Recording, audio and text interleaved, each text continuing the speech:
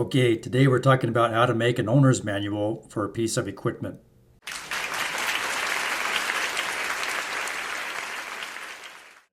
So we're going to make an owner's manual for this pneumatic lift platform with Lazy Susan that goes inside a sandblasting cabinet. You can see the pneumatic controls here, so it's all air powered. So to show you how this works right quick, so you push on the lever and the pneumatic cylinder raises the Lazy Susan platform. And again, this assembly would be installed inside of the sandblasting cabinet. And that steel disc is a Lazy Susan that allows it to spin 360 degrees. So this whole assembly would get installed inside of the media blasting cabinet. The controls, of course, would be on the outside. So you can raise and lower whatever it is that you're trying to sandblast and turn it around 360 degrees.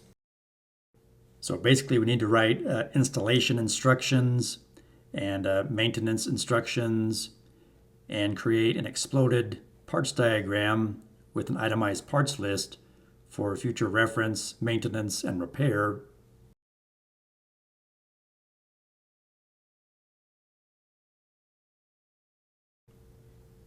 And here's what that lift platform looks like installed inside the sandblasting cabinet. You can see the air lines going to it.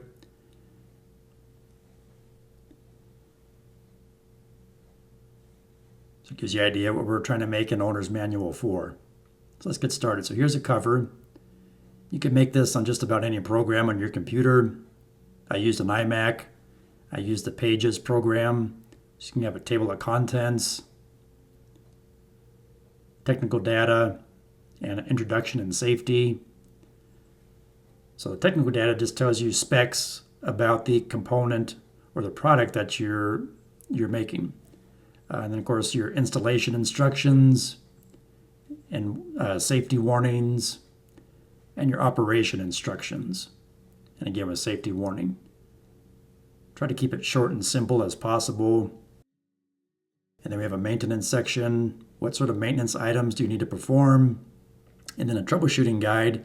You know, if it doesn't work, check this, adjust this, etc.